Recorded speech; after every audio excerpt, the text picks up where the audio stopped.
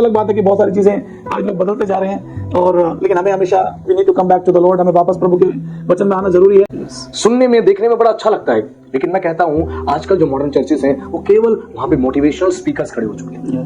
वहां पे प्रभु के दास नहीं है। प्रभु के दास फटकारते थे, प्रभु के दास सिखाते थे, प्रभु के दास करेक्ट करते थे। लेकिन आज मोटिवेशनल स्पीकर्स हैं जो साफ कहते हैं इस वचन की तुम घोषणा करो, तुम्हारे जीवन में कार्य हो जाएगा। यीशु तुमसे प्यार करता है, अगर प्रेम करता है तो वो तुम्हें दंड भी देगा। ये कौन सिखाएगा? अपनी सेवा को शुरू करने से भी पहले हाँ जी, उन्होंने ये साबित किया कि परमेश्वर के साथ ही एक शुरुआत करना जरूरी है। और मानव जीवन में हम चाहे कितनी भी बातों से होकर गुजरते हैं, उन सारी बातों को यीशु ने वहां करके दिखाया। ये परीक्षा वो अदम के बगीचे में लेके आया, और सेम यही परीक्षा वो यीशु मसीह के पास लेके आया। इसने लिखा है पहला आदम फेल हो गया, लेकिन दूसरा आदम जो यीशु मसीह था वो पास हो गया। उसने दुख उठा के आज्ञा माननी सीखी, उसने कभी भी इनकार नहीं किया। पहले मैं फरीदाबाद में रहता था, तो मैं जॉब के लिए दिल्ली आता था लोकल ट्रेन से, और आपको मैं लिटरली बता सकता हूँ, मैं प्रभु में नया नया बढ़ रहा था। कई बार मैं बहुत ज्यादा भीड़ होती थी ट्रेन में, तो मैं उस भीड़ को देखकर कई बार मेरे आंसू बहते थे, मैं रोता था। मैं बोलता था प्रभु लोग नरक में जा रहे हैं, लोग तुझे जानते नहीं है, इतनी बड़ी भीड़ है, इतने लोग भरे पड़े हैं, और सब लोग नरक में जा रहे हैं। पैसा होने के बावजूद भी वो अधोलोक में आग में डाला गया। लेकिन लाजर जो गरीब था, जिसके हृदय में परमेश्वर का राज्य स्थापित हो गया, शाश्वत रूप से वो व्यक्ति अब्राहम की गोद में चला गया। इट मीन्स जरूरी नहीं कि आप परमेश्वर के बेटा और बेटी हैं तो आपके पास बहुत फाइनेंसेस होंगे, बहुत पैसा होगा। परमेश्वर जरूरतें पूरी करते हैं। उसने कहा मैं चरवाहा हूं, घटी होने नहीं दूंगा। लेकिन उसने ये नहीं कहा कि तुझे मैं इंग्लैंड का राजा बना दूंगा। आप सभी को जय मसीह की, प्रेज द लॉर्ड। मेरे प्रियो, एक बार फिर से आप सभी का स्वागत है हमारे इस प्रोग्राम में, जिसका नाम है पॉडकास्ट विद गॉड्स पीपल। एक बार फिर से इस पॉडकास्ट को हम करने जा रहे हैं परमेश्वर के अनुग्रह के द्वारा, और आज का पॉडकास्ट आप सभी के लिए बहुत ज्यादा स्पेशल होने जा रहा है, क्योंकि आप परमेश्वर के वचन के द्वारा आज आशीष पाने जा रहे हैं। और आज का पॉडकास्ट हम जिनके साथ कर रहे हैं उनको लगभग 20 वर्षों का सेवकाई का अनुभव है एज ए एवेंजलिस्ट। और एज ए एवेंजलिस्ट उन्होंने पूरे भारत में जाके परमेश्वर के वचन को पहुंचाया है, और परमेश्वर की सेवा वो आज भी बहुत सक्रिय रूप से कर रहे हैं दिल्ली में। और आज के जो हमारे गेस्ट हैं वो है pastor Jaipur. Praise the Lord pastor. जय मसीह की पास्टर जी, प्रभु का धन्यवाद आज के इस दिन के लिए। एक बार फिर से प्रभु ने अवसर दिया आपके साथ मिलकर ये पॉडकास्ट करने के लिए। परमेश्वर का धन्यवाद करते हैं। सचमुच हमारा परमेश्वर बहुत महान है। वो हर एक चीज के लिए एक योजना बनाता है, और परमेश्वर ने योजना ठहराई कि आज हम आपके साथ बैठ के परमेश्वर के वचन की चर्चा करें, और पूरा हमारा मसीह समाज जो है आपके द्वारा आशीषित हो। वचन में लिखा है कि हमारे हर दिन जो है परमेश्वर के जीवन की पुस्तक में लिखे हुए हैं। तो हमें लगता है कि हम ये काम कर रहे हैं या कुछ और कर रहे हैं, लेकिन मैं विश्वास करता हूँ कि सब कुछ डिवाइनली या मतलब ईश्वरीय तरीके से सब कुछ निर्धारित है। बिल्कुल सही कहा आपने। और आज सचमुच जिस विषय पे हम चर्चा करने जा रहे हो बहुत स्पेशल विषय है। अगर हम देखें मूसा को देखें, हम यूसुफ को देखें, हम डैनियल को देखें, या न्यू टेस्टमेंट के हम स्पेशल कैरेक्टर्स को देखें, पौलुस को, पतरस को, सब लोगों ने जो प्रचार किया, जो सेवा करी, उन सब का केंद्र बिंदु केवल एक ही था, वो प्रभु यीशु मसीह। तो आज हम यीशु मसीह के जीवन पर और यीशु मसीह की सेवकाई पे ही आज हम बात करने जा रहे हैं, ताकि हमारा पूरा मसीह समाज जो है इन तमाम बातों को गहराई से समझे और प्रभु यीशु मसीह के जीवन के ऊपर अपना ध्यान केंद्रित करे और सीखे और आशीष पाए। बिल्कुल सही कहा पास्टर। एक्चुअली हमारी सेवकाई और जो भी हम करते हैं उसका केंद्र बिंदु सिर्फ और सिर्फ यीशु मसीह है, और यीशु के बारे में बात करने से अच्छा कोई और चीज़ नहीं हो सकती। Praise the Lord. बहुत अच्छी बात कही आपने। तो आज के हम चर्चा को, डिस्कशन को शुरू करते हैं आज के सवाल के साथ। तो पहला सवाल मेरा आपसे है जिस पे हम चर्चा करेंगे, वो है यीशु मसीह की परीक्षा क्यों हुई शैतान के द्वारा सेवा शुरू करने से पहले, जब वो खुद परमेश्वर का पुत्र था। यीशु मसीह की परीक्षा क्यों हुई, ये बहुत ही अच्छा सवाल है। और पास्टर जैसे कि आपने कहा कि वो स्वयं परमेश्वर था। हाँ जी। बाइबल में लिखा है कि वो अदृश्य परमेश्वर का प्रतिरूप है। और अभी बीते दिनों में लोगों ने बड़े हर्षोल्लास के साथ क्रिसमस सेलिब्रेट किया। हाँ जी। क्रिसमस का जो मुख्य संदेश है, हाँ जी, वो संदेश यही है कि परमेश्वर मनुष्य बना, और वो हमें ये बताना चाहता है कि जो भी हम जीवन में सहते हैं, हाँ जी, वो हम अकेले नहीं है जो उसको हम सह रहे हैं, लेकिन यीशु ने उन परीक्षाओं से गुजरकर ये दिखाया कि वो मनुष्य बना हमारे लिए। क्योंकि बाइबल में लिखा है यूहन्ना पहले अध्याय में, आदि में वचन था। हाँ जी। वचन परमेश्वर के साथ था और वचन स्वयं परमेश्वर था, और यही वचन जो है वो देहधारी हुआ, यीशु के रूप में शरीर में आ गया। और जब यीशु शरीर में आया तो उसने उन सारी परीक्षाओं को जो एक मनुष्य अपने जीवन में सहता है, वो मनुष्य बन के उसने सही, क्योंकि अगर वो परमेश्वर बन के इन सारी परीक्षाओं को फेस करता, तो आप जानते हैं कि लोग बोलते हैं अरे वो तो परमेश्वर है, लेकिन परमेश्वर मनुष्य बना और अपनी सेवा को शुरू करने से भी पहले हाँ जी, उन्होंने ये साबित किया कि परमेश्वर के साथ ही एक शुरुआत करना ज़रूरी है। और मानव जीवन में हम चाहे कितनी भी बातों से होकर गुजरते हैं, उन सारी बातों को यीशु ने वहाँ करके दिखाया, क्योंकि शैतान आया और उसने परीक्षा लिया। जैसे कि अदन की वाटिका में आप जानते हैं कि जब शैतान आया हाँ जी, सर्प के रूप में और उसने हवा को बहकाया, फिर उसने आदम को बहकाया, तो वचन कहता है कि प्रथम आदम के द्वारा, मतलब फर्स्ट आदम के द्वारा इस संसार में मृत्यु आई, लेकिन यीशु दूसरा आदम बना ताकि वो मानव जाति को ये दिखा सके कि अनंत जीवन जो है वो संभव है। और यीशु ने वो सब कुछ मनुष्य बनकर किया और मनुष्य बनकर ही उसने शैतान के हर एक परीक्षाओं का सामना किया वचन के द्वारा, ताकि हमें ये शिक्षा मिले कि यदि हमारे पास वचन है तो हम शैतान का सामना किसी भी रीति से हम कर सकते हैं।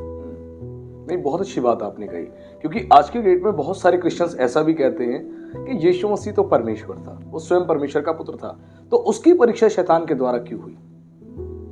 देखिए, अगर परमेश्वर, जैसे कि आप ये समझ लीजिए, एक कमरे में किसी व्यक्ति को छोड़ दीजिए और वो शराबी व्यक्ति है और उसको शराब की बोतल के साथ आपने छोड़ दिया, हाँ जी, और 10 दिन के बाद आपने उसको निकाला, हाँ जी, तो वो कह सकता है कि मैंने शराब को हाथ नहीं लगाया, है ना। एक सेंस ये है। दूसरा ये है कि उस शराबी व्यक्ति को आपने कमरे में बंद कर दिया और वहाँ पर कोई पीने का, शराब का कोई साधन नहीं है, और अगर वो फिर 10 दिन के बाद निकल के बोले कि मैंने शराब छोड़ दिया, तो दोनों बातों में बहुत फर्क है। बिल्कुल सही बात है। तो अदन की वाटिका में भी जब परमेश्वर ने उस पेड़ को लगाया तो कहीं ना कहीं वो परमेश्वर के प्रेम का एक नमूना था, क्योंकि परमेश्वर ने आदम को बनाया अपने स्वरूप, अपनी समानता में। परमेश्वर को था कि जो आज्ञा मैंने उनको दी है वो उसका पालन करें, परमेश्वर ने उनको आज्ञा पालन के लिए कहा था, लेकिन वहां पर हवा कमजोर हुई और उसने आदम को भी बहकाया। परमेश्वर ये दिखाना चाहते हैं कि जो काम अदन की वाटिका में शुरू हुआ था, एक मनुष्य के पतन के द्वारा, एक परफेक्ट व्यक्ति, एक निष्कलंक परमेश्वर का मेमना आकर मनुष्य बनकर उस काम को अंजाम देगा, उसकी पूर्ति के लिए उसको मनुष्य बनना पड़ा। अगर परमेश्वर बनकर ही यीशु मसीह कुछ करना चाहें तो आप भी जानते हैं, मैं भी जानता हूं कि एक चुटकी बजाने से वो पूरे संसार का उद्धार कर सकते हैं। बिल्कुल सही। लेकिन हमारा जो परमेश्वर है, प्रभु यीशु मसीह, he is a very practical God, वो बहुत ही व्यवहारिक परमेश्वर है और वो कोई भी ऐसे काम नहीं करते जो जिसका वो उत्तर ना दे सके। तो आप जानते हैं कि मनुष्य को बचाने के लिए वैसे भी अगर मान लीजिए कोई हॉस्पिटल में एडमिट है तो डॉक्टर डिमांड करते हैं कि इनको ब्लड ग्रुप जो उनका होगा उसके अनुसार उनको खून चाहिए, तो मनुष्य का खून ही मनुष्य को चढ़ाया जाता है, हाँ जी, बचाने के लिए। ऐसे ही यीशु मसीह मनुष्य बनकर आए और मनुष्य के पापों को मिटाने के लिए वो पूर्ण परमेश्वर थे लेकिन वो पूर्ण मनुष्य भी थे। इसीलिए उन्होंने अपना बलिदान दिया ताकि लोगों को ये बात समझ में आए कि कोई एक व्यक्ति को कुर्बान होना जरूरी, जैसे हम कहते हैं बलि का बकरा। तो यीशु मसीह हम सबके लिए बलि का बकरा बने। अगर वो बलिदान ना होते, और वो परीक्षाओं का मतलब यह है कि अगर वो असफल हो जाते उस परीक्षा में तो फिर मानव जाति का उद्धार नहीं हो सकता था, वो पॉसिबल नहीं होता। लेकिन क्योंकि वो सफल हुए, उन्होंने शैतान का सामना किया और बताया कि मैं जयवंत हूँ, तो वो विजय होकर उन्होंने एक शिक्षा हमें दिया कि हम भी अगर यीशु के साथ हों, यीशु के नाम में हों, तो हम लोग भी जयवंत हो सकते हैं। तो ये जरूरी था उस परीक्षा से होकर गुजरना। नहीं, बिल्कुल ठीक कहा आपने, और ये इंपॉर्टेंट बातें हैं आज हमारे लोगों को सीखना। कई लोग ये सोचते हैं कि केवल यीशु मसीह की परीक्षा एक साधारण घटना थी, लेकिन ये साधारण घटना नहीं थी। बिल्कुल ठीक कहा आपने, यीशु मसीह हमारे समान एक मनुष्य था, आत्मा में परमेश्वर था और शरीर में वो मनुष्य था। जैसे हमें दुख होता है, हमें तकलीफ होती है, हमारे भी इमोशंस होते हैं, वैसे यीशु मसीह के इमोशंस थे और आज भी हैं। तो हमें सीखने की आवश्यकता है। वो परीक्षा बहुत इंपॉर्टेंट थी जो आपने बातें बताई, लेकिन उस परीक्षा में जो है 3 प्रकार की ही बातें यीशु के साथ हुई। और जब शैतान ने आके यीशु की परीक्षा ली तो उसने सबसे पहले उसने परीक्षा ली एक शारीरिक परीक्षा। उसने बोला अगर तू परमेश्वर का पुत्र है तो इन पत्थरों से कह ये रोटियां बन जाए। और आके वो परीक्षा ले रहा है, और वो शारीरिक परीक्षा थी क्योंकि यीशु मसीह को भूख लगी थी। शारीरिक तौर पे उसने परीक्षा ली और वो परीक्षा का सामना यीशु ने किया। उसी प्रकार उसने दूसरी परीक्षा ली जो थी जीविका का घमंड। उसने बोला यदि तू परमेश्वर का पुत्र है तो ऊपर से नीचे अपने आप को गिरा दे, तेरे विषय में लिखा है भजन संहिता 91 में कि तुझे हाथों हाथ स्वर्गदूत उठा लेंगे। वो एहसास कराना चाह रहा था कि अगर तू परमेश्वर का पुत्र है तो तेरे पास सामर्थ है, अलौकिक सामर्थ है, तू शक्तिशाली है, तो तू अगर गिराएगा तेरे विषय में लिखा है स्वर्गदूत तुझे उठा लेंगे। और तीसरी परीक्षा उसने ली आंखों की अभिलाषा।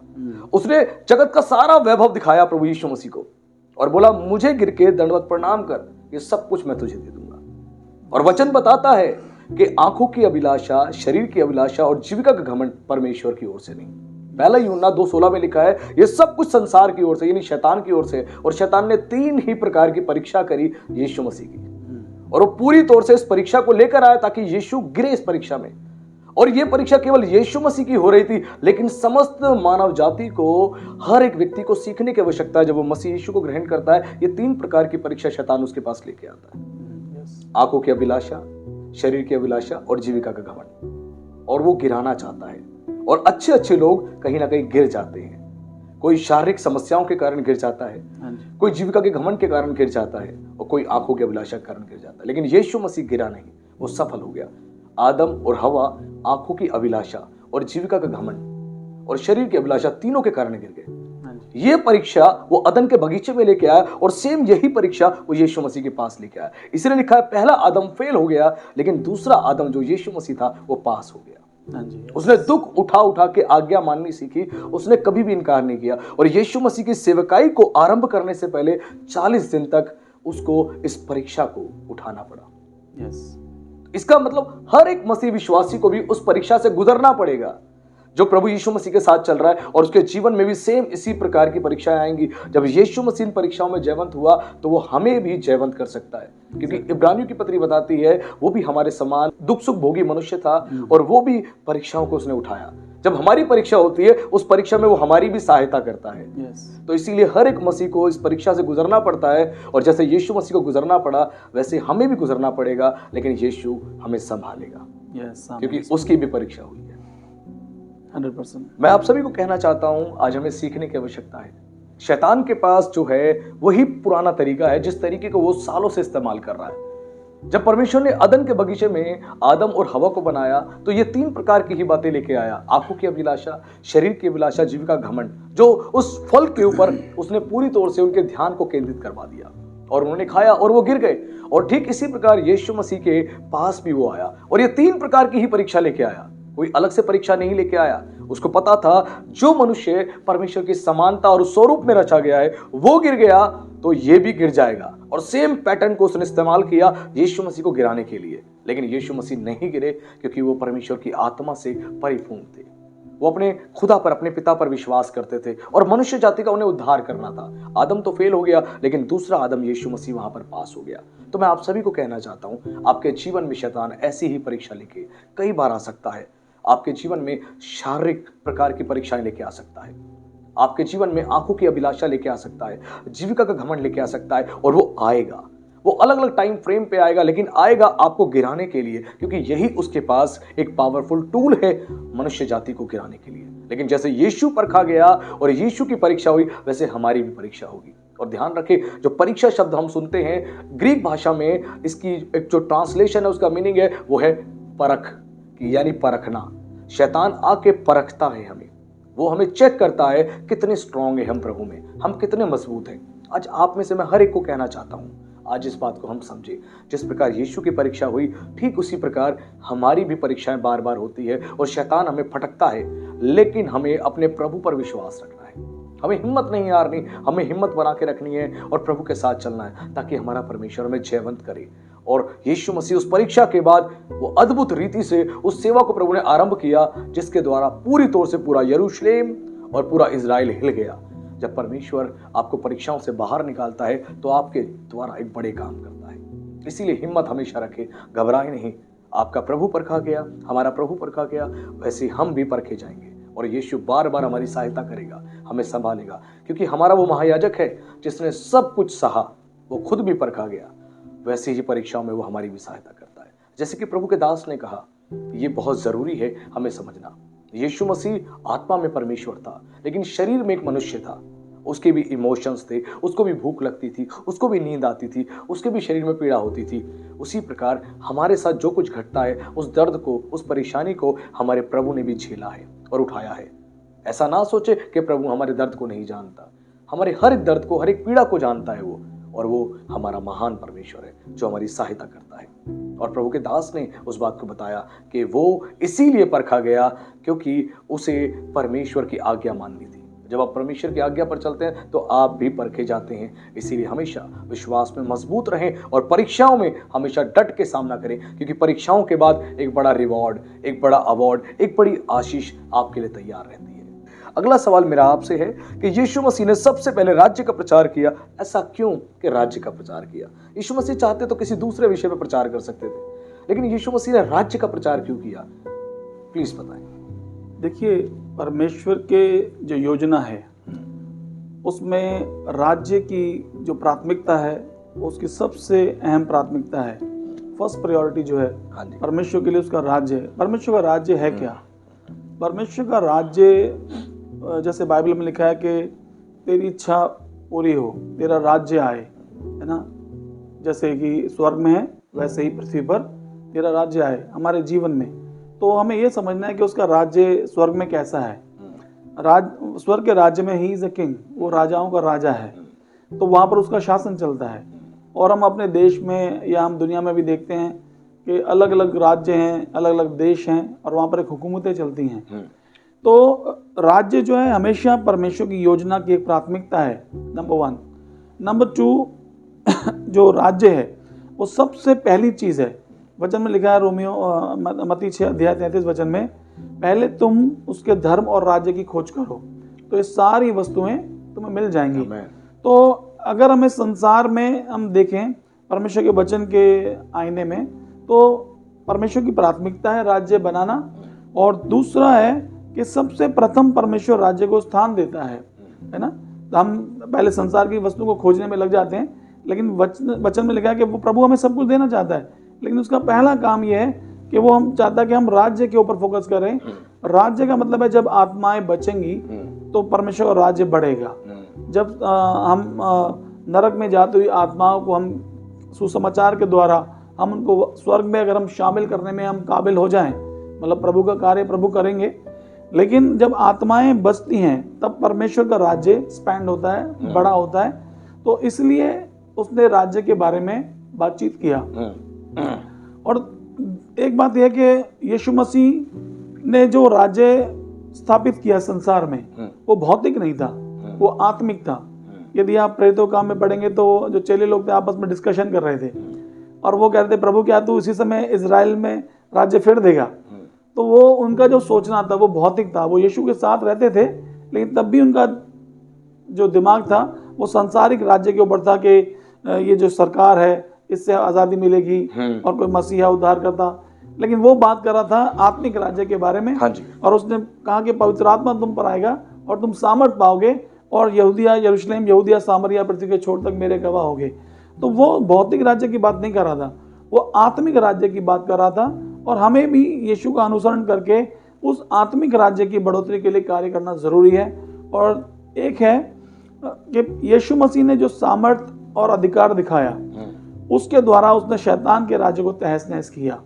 तो इसीलिए उसके जहन में पहली प्राथमिकता यही है कि परमेश्वर ये चाहता है कि राज्य बढ़े, उसका राज्य आए, उसका शासन यहाँ पर आए। जैसे उसका सिस्टम है स्वर्ग के अंदर, वैसे ही पृथ्वी पर हमारे परिवार में, हमारे जीवन कलीसियाओं में वैसा हो। वो अलग बात है कि बहुत सारी चीज़ें आज लोग बदलते जा रहे हैं, और लेकिन हमें हमेशा we need to come back to the Lord, हमें वापस प्रभु के वचन में आना जरूरी है। और जैसे यीशु ने राज्य की चिंता किया, उसने बोला मेरा भोजन यही है कि मैं परमेश्वर का कार्य करूं, और उसका कार्य यही है कि उसके राज्य को बढ़ाया जाए और आत्माओं तक सुसमाचार पहुंचे, लोग उद्धार को प्राप्त करें, शैतान का सर कुचला जाए। और वो परमेश्वर की सामर्थ के द्वारा यीशु ने किया। इसीलिए राज्य बहुत प्राथमिक चीज है। और वचन में लिखा है कि परमेश्वर का राज्य बातों में नहीं है, लेकिन वो सामर्थ में है। तो इसलिए सामर्थ और अधिकार के साथ उसने उस काम को जो अदन की वाटिका में आदम से रह गया था, मनुष्य बनकर यीशु ने उसको पूरा किया और इस तरीके से राज्य का विस्तार किया। नहीं, बिल्कुल ठीक कहा आपने। एक्चुअल यही चीज है जो हमारे लोगों को समझनी है। जैसा कि जॉन द बैप्टाइस्ट वो भी यही प्रचार कर रहा था, मन फिराओ क्योंकि स्वर्ग का राज्य निकट आ गया है। और सेम इसी प्रचार को प्रभु यीशु मसीह ने आगे कंटिन्यू किया। प्रभु चाहते तो दूसरे प्रचार को आरंभ कर सकते थे, लेकिन प्रभु ने वही कार्य आरंभ किया जो कार्य यूहन्ना के हाथ में सौंपा गया था। क्योंकि यूहन्ना बपतिस्मा देने वाला जो था, प्रभु यीशु मसीह के लिए मार्ग तैयार कर रहा था। और उस राज्य की बात हो रही थी जो राज्य आत्मिक राज्य है। आज भी बहुत से लोग नहीं समझते कि किंगडम ऑफ गॉड और किंगडम ऑफ हेवन दोनों अलग अलग है, दोनों की अलग अलग डेफिनेशन है। लेकिन प्रभु यीशु मसीह यहाँ पर राज्य स्थापित करने आया था, बिल्कुल आपने सही कहा, वो भौतिक नहीं, वो आत्मिक था। आज यीशु मसीह लोगों के हृदयों में राज्य करना चाहता है, उनके हृदयों में राज्य करना चाहता है, उनके जीवन में आके कार्य करना चाहता है। जैसे कि लॉर्ड्स प्रेयर में एक बड़ी अच्छी बात हम कहते हैं, दाई kingdom come thy will be done, यानी तेरी इच्छा जैसे स्वर्ग में पूरी होती है वैसे पृथ्वी पर भी हो। इट मीन्स जैसे परमेश्वर की मर्जी स्वर्ग में पूरी होती है वैसे पृथ्वी पर भी हो। इसका मतलब पृथ्वी पर वो मर्जी पूरी नहीं हो रही है आज भी। यस, स्वर्ग में तो हो रही है, स्वर्गदूत पूरी कर रहे हैं, लेकिन पृथ्वी पर उसकी शक्ल, उसके स्वरूप में बनाए गए मनुष्य नहीं कर रहे। तो वो चाहता है इस पृथ्वी पर जो है मनुष्य उसकी मर्जी पूरी करे और उसकी मर्जी पूरी हो। और यही लॉर्ड्स प्रेयर जो है प्रभु यीशु मसीह ने अपने चेलों को सिखाई, क्योंकि चेले यहूदी थे, वो जानते थे कैसे प्रार्थना करनी है, लेकिन फिर भी प्रभु से कहा, हे गुरु हमें सिखा हम कैसे प्रार्थना करें। और प्रभु ने ये पावरफुल प्रार्थना उनको सिखाई। क्यों? क्योंकि पृथ्वी पर परमेश्वर का राज्य, आपने बिल्कुल सही कहा, एग्जैक्ट वो चीज है, भौतिक नहीं है, आत्मिक है। जब ये आत्मिक राज्य किसी पर आता है, परमेश्वर शाश्वत तरीके से किसी के हृदय पर आता है, किसी के जीवन में कार्य करता है, उसका जीवन पूरी तौर से बदल जाता है। वो मसीह के लिए इस्तेमाल होता है, वो मसीह के लिए कार्य करता है, क्योंकि खुद वचन में लिखा है कि मैं तुम में रहूंगा, मैं चलूंगा फिरूंगा, तुम में वास करूंगा। वो हमारे जिस्मों में जो पवित्र आत्मा का मंदिर है, इसमें रह के कार्य करना चाहता है। और आज हमारे लोगों को लगातार प्रार्थनाएं करनी है कि उनके जीवन से परमेश्वर की मर्जी पूरी हो, बहुत जरूरी है। यहाँ एक बात मैं कहना चाहता हूँ हाँ जरूर, कि वचन में लिखा है कि परमेश्वर का राज्य, यीशु ने कहा परमेश्वर का राज्य तुम्हारे भीतर शुरू होता है। तो यदि अभी जो मॉडर्न कलीसिया है, आधुनिक कलीसिया में परमेश्वर के राज्य के बारे में बहुत सारी घोषणाएं हैं, बहुत सारी बातें बताई जा रही हैं, लेकिन दुर्भाग्य की बात यह है कि परमेश्वर का राज्य स्थापित ना होकर वो अपना ही अंपायर या अपना ही साम्राज्य स्थापित किया जा रहा है। लोगों को बताया जा रहा है कि परमेश्वर आपको राजा बनाना चाहता है। एक्चुअली वो ये कह रहे हैं, इनडायरेक्टली वो ये कह रहे हैं कि परमेश्वर आपको राजा बनाना चाहता है और मुझे महाराजा बनाना चाहता है। तो इस तरीके से क्या है कि भीतर काम नहीं हो रहा। हाँ जी। लेकिन बाहरी रूप से बहुत सारा तामझाम है, बहुत सारे प्रोग्राम्स हैं, लेकिन जो आपने कहा बिल्कुल सही कि let your will be done, let thy kingdom come on earth as it is in heaven. जैसा स्वर्ग में है वैसा ही पृथ्वी पर, जैसा स्वर्ग में वैसा ही मेरे हृदय में, मेरे जीवन में उसका राज्य आने पाए। तो ये अंदर से बदलना जरूरी है। बिल्कुल सही कहा आपने पास्टर। आजकल ना ऐसा ही सिखाया जा रहा है कि तुम राजा के बच्चे हो, तुम राजा हो। अब जो राजा के बच्चे हैं, जिनको राजा कहा जा रहा है, बिल्कुल हम लोग उस परमेश्वर के बच्चे हैं जो ब्रह्मांड को रचने वाला है, सर्वशक्तिमान परमेश्वर है, वो खुद राजा है, उसके ऊपर कोई भी नहीं। हम उसी के बच्चे हैं और हम राजा हैं, एक्चुअल राजा हैं। लेकिन जिस प्रकार का राजा हमें बनाया जा रहा है या आज मॉडर्न चर्चेस के अंदर बताया जा रहा है, ऐसा राजा नहीं। क्योंकि हम देखते एक धनवान मनुष्य था, पैसा होने के बावजूद भी वो अधलोक में आग में डाला गया। लेकिन लाजर जो गरीब था, जिसके हृदय में परमेश्वर का राज्य स्थापित हो गया, शाश्वत रूप से वो व्यक्ति अब्राहम की गोद में चला गया। इट मीन्स जरूरी नहीं कि आप परमेश्वर के बेटा और बेटी हैं तो आपके पास बहुत फाइनेंसिस होंगे, बहुत पैसा होगा।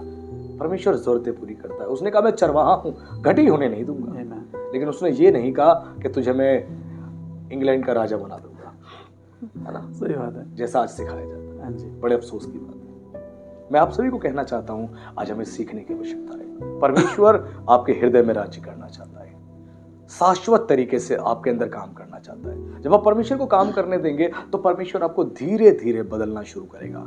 एक दिन में आप कभी नहीं बदल पाएंगे। धीरे धीरे पवित्र आत्मा आपके जीवन में काम करेगा, आपके अंदर सारी बुरी आदतें जो हैं उनसे धीरे धीरे आपको बाहर निकालेगा। लेकिन परमेश्वर एक समय लेगा। पवित्र शास्त्र बाइबल बताती है कि पवित्र आत्मा हमें अंश अंश करके मसीह के जैसे बनाता है। हम एक दिन में मसीह जैसे कभी नहीं बन सकते, कई ऐसे मसीह हैं जो 10 सालों से कई ऐसे पापों के लिए संघर्ष कर रहे हैं जिससे वो निकल नहीं पा रहे, लेकिन बहुत सारे पापों से आज़ाद हो गए। लेकिन एक समय आएगा उनका निरंतर प्रार्थना करना, उनका उपवास करना, उनका वचन का पालन करना कार्य करेगा और एक दिन वो उस बुरी आदत से भी आज़ाद हो जाएंगे। तो जब परमेश्वर का राज्य स्थापित होता है तो परमेश्वर आपको धीरे धीरे बदलना शुरू करता है और परमेश्वर आपके हृदय में राज्य करना चाहता है। यदि आज आप तैयार हैं अपने हृदय को खोलने के लिए, तो परमेश्वर आपके हृदय में वास करेगा और वो अपना राज्य स्थापित करेगा। उसने खुद कहा, मैं हृदय के द्वार पे आके खटखटाता हूँ, यदि तू मेरा शब्द सुन के द्वार खोलेगा तो भीतर आके मैं तेरे साथ भोजन करूंगा। यीशु मसीह खुद कह रहा है कि मैं तेरे भीतर आके काम करना चाहता हूँ। आप उसे अपने भीतर बैठने देंगे, वो आपके भीतर आके कार्य करेगा और जब वो कार्य करेगा तो वो बदलाव जो है पूरी दुनिया को दिखाई देंगे, वो बदलाव पूरी दुनिया के अंदर दिखाई देंगे और आप इस जगत में एक ज्योति के समान, एक नमक के समान आप प्रकट होंगे और लोगों के जीवन में आपके द्वारा आशीष आएगी। आज हमें सीखना है, जिस राज्य की बात प्रभु ने करी वो राज्य कोई भौतिक राज्य नहीं था, वो एक आत्मिक राज्य था। जैसा कि प्रभु के दास ने कहा, आज हमें समझना है प्रभु आत्मिक तौर से हम में अपना कार्य करना चाहता है। उसकी इच्छा जैसे स्वर्ग में पूरी होती है, वो चाहता है पृथ्वी पर भी हो। किसके द्वारा? हमारे द्वारा। स्वर्ग में उसके जितने स्वर्गदूत हैं उसके आदेश का पालन करते हैं, उसकी आज्ञाओं को मानते हैं, उसकी कही गई बात को ओबे करते हैं, उसके ऑर्डर को मानते हैं, उसकी बातों को मानते हैं। लेकिन पृथ्वी पर जो उसके बनाए गए मनुष्य हैं वो अपनी मर्जी से चलते हैं, वो उसकी इच्छा पर नहीं चलते और वो चाहता है कि हम उसकी इच्छा पर चले। और जब आप उसकी इच्छा पर चलना शुरू करेंगे तो बहुत सारी चुनौतियों का सामना करना पड़ेगा, बहुत सारी परेशानियों का सामना करना पड़ेगा, लेकिन परमेश्वर आपकी सहायता करेगा और आपको चलने में मदद करेगा और आपके द्वारा एक ऐसा राज्य आपके जीवन में, आपके परिवार में, आपकी कलीसियाओं में परमेश्वर स्थापित करेगा कि हर एक व्यक्ति उस परमेश्वर के प्रेम से भर जाएगा, जिस प्रेम की घटी आज उसके अंदर है। इसीलिए आज हम समझें, जिस राज्य का प्रभु ने आके प्रचार किया वो राज्य भौतिक नहीं, आत्मिक राज्य था और वो राज्य आपके भीतर परमेश्वर देखना चाहता है और आपके भीतर स्थापित करना चाहता है, ताकि आपके द्वारा परमेश्वर शैतान के गढ़ों को ढा दे और अपनी अद्भुत महिमा प्रकट करे।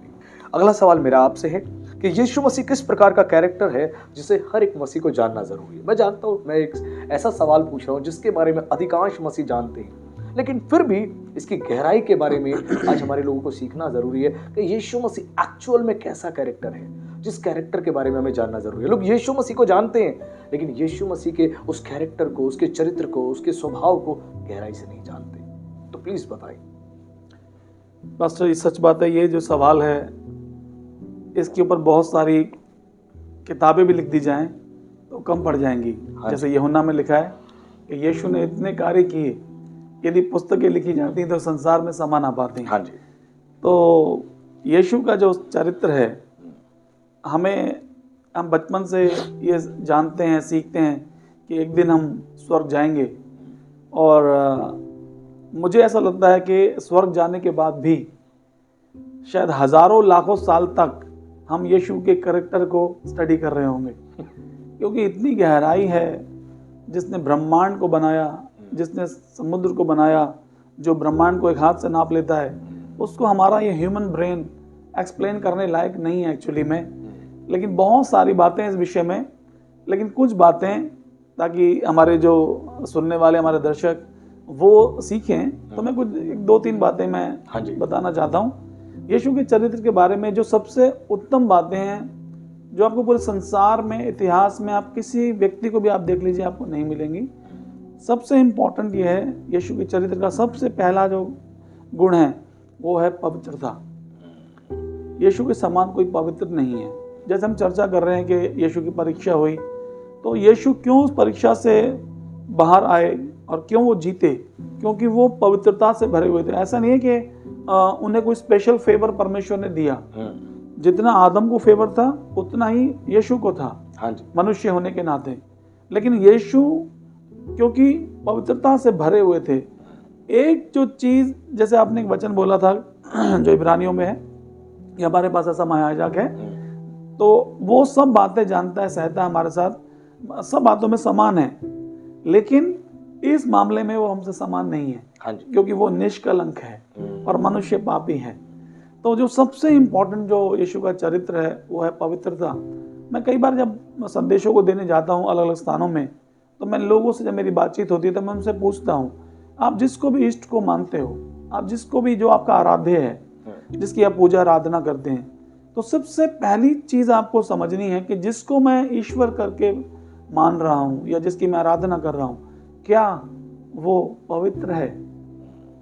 अगर वो पवित्र नहीं है तो वो परमेश्वर नहीं हो सकता। ऐसे किसी महापुरुष को भी देखो, किसी बड़े से बड़े व्यक्ति को आप देखो, आप उनके चरित्र पर उंगली उठा सकते हो, बिल्कुल सच बात। लेकिन यीशु के चरित्र पर उंगली नहीं उठ सकती।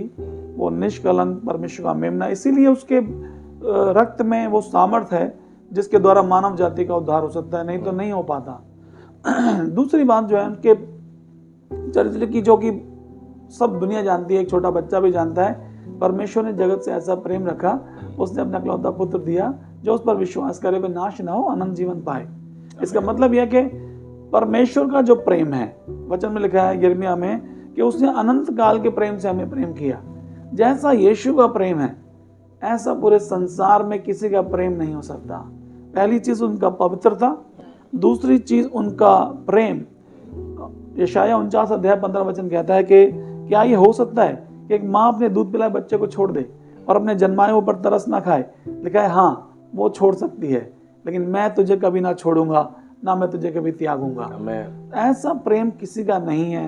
आप दुनिया में भी आप देखिए, भाई हमारे पास रिश्ते हैं, मेरी पत्नी है, मेरी 2 बेटी हैं, माता पिता थे, प्रभु में सो गए, लेकिन उसके बावजूद भी मैं अनुभव से बता सकता हूँ आपको।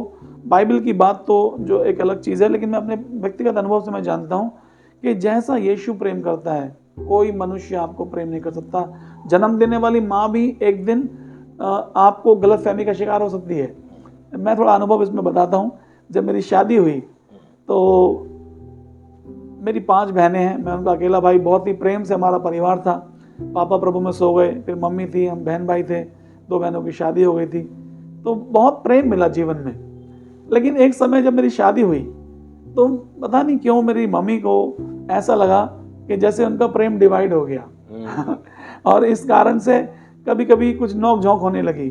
तो खैर वो तो हर एक परिवार का हिस्सा है, लेकिन मतलब मैंने उन दिनों ये महसूस किया कि कभी कभी आपके जन्म देने वाले माता पिता भी आपको नहीं समझ पाते। बिल्कुल सच बात। आपकी संतानों को आप इतना कुछ करते हैं उनके लिए, उनको पढ़ाते हैं, लिखाते हैं, उनको अच्छे से अच्छा खिलाते हैं। वचन में लिखा, जब तुम बुरे होकर अपने बच्चों को अच्छी वस्तुएं देना जानते हो तो तुम्हारा स्वर्गीय पिता तुम्हारे मांगने पर तुम्हें उत्तम वस्तुएं क्यों ना देगा। तो यू डू योर बेस्ट, आप अपना सर्वोत्तम करते हैं, लेकिन उसके बावजूद भी किसी ना किसी पॉइंट पर आकर आपको समझ में आता है कि चाहे संतान हो, चाहे माता पिता हो, चाहे दोस्त हो, चाहे कोई भी क्यों ना हो, कोई भी रिश्ता जो है वो उस प्रेम का मुकाबला नहीं कर सकता जो परमेश्वर का प्रेम है। तो पवित्रता उनकी अनोखी है, उनका प्रेम अनोखा है और उनके जैसा कोई प्रेम नहीं कर सकता। और तीसरी चीज थोड़ी सी डरावनी है, लेकिन बहुत ही उनके स्वभाव का हिस्सा है, और वो है उनका न्याय संगत होना। He is a holy God, he is a loving God and he is a full of judgement, he is a God of judgement. वो पवित्र हैं, वो प्रेमी हैं और वो न्याय के परमेश्वर हैं। वो न्याय करने जब बैठते हैं सिंहासन पर, तो सामने उनका बेटा भी कटघरे में हो तो उसको भी वो छोड़ते नहीं है, दंड पूरा पूरा। और यही कारण है यीशु का इस संसार में आने का, क्योंकि शैतान ने यीशु को क्रूस पर नहीं चढ़ाया। दिस इज गॉड हिमसेल्फ, ये परमेश्वर की योजना थी। परमेश्वर, वचन में लिखा है कि परमेश्वर का मेमना सृष्टि के आरंभ से पहले घात कर दिया गया। अभी सृष्टि मतलब आदम हवा नहीं बने, अदन की वाटिका नहीं है, कुछ भी नहीं बना। सृष्टि के आरंभ से पहले परमेश्वर ने अपने मेमने को घात कर दिया। इसका मतलब क्या?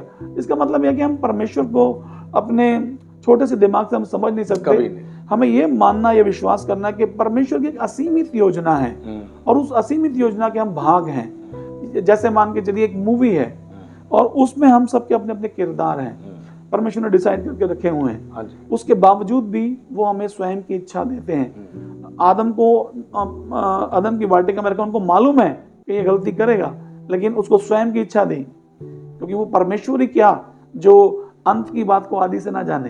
तो वो पवित्र है, वो प्रेमी है और वो न्यायपूर्ण है। और इसीलिए जब आदम ने पाप किया, मनुष्य होने के नाते अपने बेटे को उन्होंने मनुष्य बनाकर भेज दिया और क्रूस पर बलिदान होने के लिए। यीशु ने बोला था ना, यदि मैं चाहूं तो मैं स्वर्गदूतों की 12 पलटन हाजिर कर सकता हूं, लेकिन क्योंकि परमेश्वर का प्लान है, उन्होंने गतसमनी में भी कहा था कि हे पिता, यदि हो सके तो ये कटोरा मुझसे हट जाए, लेकिन मेरी नहीं प्रभु, आपकी मर्जी पूरी हो। इसका मतलब ये कि परमेश्वर का घोर न्याय यदि पूरा होना है तो उनके बेटे को बलिदान होना जरूरी है। अपने बेटे को उन्होंने बलिदान किया और इसी कारण हम लोग जो है आज उद्धार पाकर हम अनंत जीवन के वारिस बन पाए। तो बहुत सारी बातें उनके चरित्र की हैं, लेकिन ये 3 बातें मुझे बहुत प्रभावित करती हैं, उनकी पवित्रता, उनका प्रेम और उनका न्याय। नहीं पास्टर, बहुत अच्छी बात आपने बताई और एक्चुअल में ये चीजें हैं, सटीक हैं। जो बात आपने बताई ना, ये हमारे लोगों के हृदयों में आज घर करनी चाहिए कि वो परमेश्वर के पुत्र के बारे में, स्वयं परमेश्वर के बारे में जाने, क्योंकि वचन भी कहता है कि परमेश्वर को कभी किसी ने नहीं देखा। इकलौता पुत्र जो पिता की गोद में था, उसी ने उसको प्रकट किया। यानी परमेश्वर को दर्शाया किसने? प्रभु यीशु मसीह ने, अपने स्वभाव से, अपने नेचर से, अपने कैरेक्टर से, और लोगों ने देखा। मुझे प्रभु यीशु मसीह की सबसे खास बात जो लगती है वो उसका प्रेम है।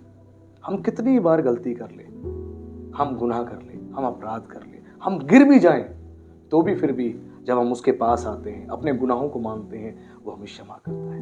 वो दोष नहीं लगाता, वो ये नहीं कहता क्यों तूने ऐसा किया, वो हमें कहता है जा, मैं तुझे क्षमा करता हूं, फिर से पाप ना करना। ये उसकी महानता है। अगर उसका प्रेम इतने ऊंचे स्तर का है, आज हमें सोचने की आवश्यकता है कि हम कहां पर हैं। आज हम किसी की छोटी सी गलती भी माफ नहीं कर पाते। आज हमारा स्वभाव ऐसा है, हम उस बात पे बहुत बड़ा रिएक्शन ले लेते हैं, एग्रेसिव हो जाते हैं, लेकिन हमारा परमेश्वर बार बार क्षमा करता है, माफ करता है। पतरस भी एक बार आता है, कहता है प्रभु तू मुझे बता दे, मैं अपने भाई को कितनी बार माफ करूं, क्योंकि वो पिछले कई बार माफ कर चुका था, लेकिन अब उसकी क्षमता टूट चुकी थी माफ करने की। इसीलिए आके सवाल करता है, प्रभु ने कहा 7 के 70 गुना बार माफ कर। अब वो चुप हो गया। यानी एक व्यक्ति को एक दिन में, प्रभु यीशु मसीह कहने का मतलब था कि 490 बार माफ करना है। इतनी बार माफ करना है एक व्यक्ति को। एक दिन में हम किसी की एक गलती माफ नहीं कर पाते। सोचिए, ये प्रभु का प्रेम है। और जब कोई व्यक्ति किसी की इतनी ज्यादा गलतियां माफ कर सकता है ना, तो वो प्रेम से भरा होता है, क्योंकि वचन भी कहता है जो प्रेम का खोजी होता है वो अपराध को ढांप देता है। बार बार किसी बात की चर्चा नहीं करता। यीशु का कैरेक्टर इतना प्रेम से भरा हुआ था, जो हमें सीखने की आवश्यकता है। उड़ाऊ पुत्र का जो दृष्टांत है वो प्रभु यीशु मसीह और हमारे जीवन को लेकर। हम जितना मर्जी गुनाह में लौट जाएं, लेकिन जब वापस फिर के उसकी ओर आते हैं, सच्चे मन से पश्चाताप करते हैं, वापस वो हमें अपने गले से लगा लेता है। ये उसकी महानता है। हम लोग जो प्रभु की सेवा कर रहे हैं, सेवा करते हैं, हमारे जीवन से भी कई प्रकार हम गलतियां कर बैठते हैं। हमारे बिहेवियर से, हमारे व्यवहार से, हमारे बोलचाल से कई लोगों को कई बार ठेस लग जाती है और बाद में हमें बड़ा रिग्रेट महसूस होता है। लेकिन जब प्रभु से माफी मांगते हैं, प्रभु हमें क्षमा कर देता है। ये उसका कैरेक्टर है। और सबसे अच्छी बात इसके साथ साथ मुझे प्रभु यीशु मसीह की एक और लगती है, उसकी विनम्रता।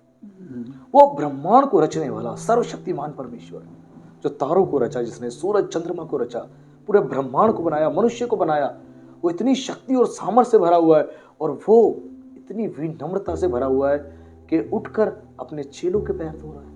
वाह! आज पास्टर चाहता है उसकी सेवा की जाए। कई पास्टर्स ऐसे हैं जो यही चाहते हैं। मैं सभी की बात नहीं कर रहा, 5 उंगलियां एक बराबर नहीं, लेकिन कुछ ऐसे चुनिंदा लोग हैं जो आज अपनी सेवा करवाना चाहते हैं। यीशु ने कहा मैं अपनी सेवा करवाने नहीं, मैं करने आया हूं। That's true. और उनसे उस प्रेम को दर्शा रहा, कह रहा है जैसे मैं गुरु होके, प्रभु होके मैंने तुमसे प्रेम किया, वैसा तुम एक दूसरे से करो। अगर तुम बड़े हो तो छोटे बनो पहले तो। यीशु की विनम्रता हम सबको हासिल करने की आवश्यकता है। सचमुच यीशु की विनम्रता हमें नीचे उतरना सिखाती है।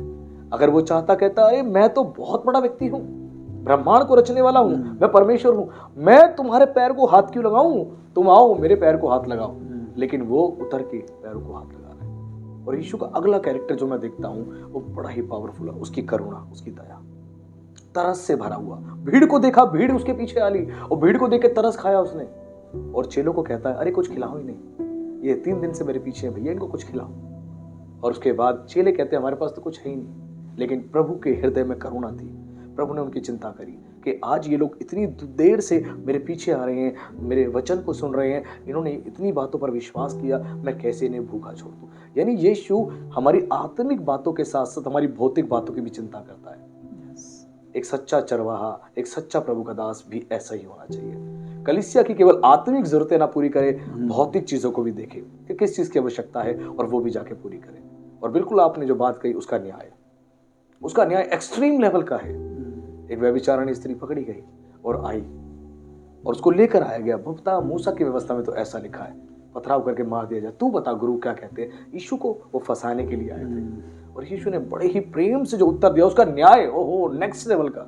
मैं जब उसको पढ़ता हूँ बार बार मैं रिमाइंड करता हूँ, मैं कहता हूँ प्रभु सचमुच तू महान है, तेरे जैसा हर एक को बनने की आवश्यकता है, हमें भी बनने की आवश्यकता है।